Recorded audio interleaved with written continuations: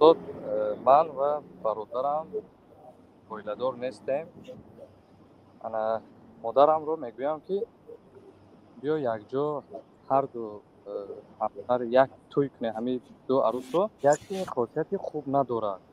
دیگر اویله ها رو مثال میارن که اونا باید توی کردن یکیش اویلش جان شد یک اون مصیبت در سر بیاد.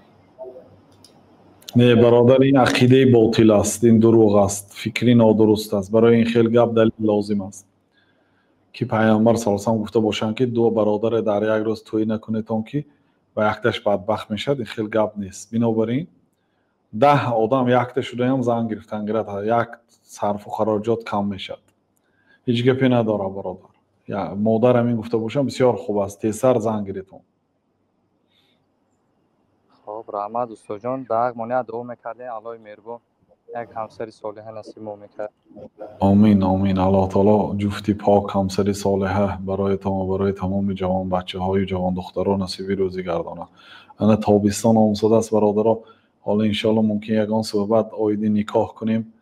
کوشش کنید تا تیسر زن گرفتن بچه ها از گناه دور میشید. کاری خیر است. الله موفق کنه. سلامت باشید. رحمت استاد جان.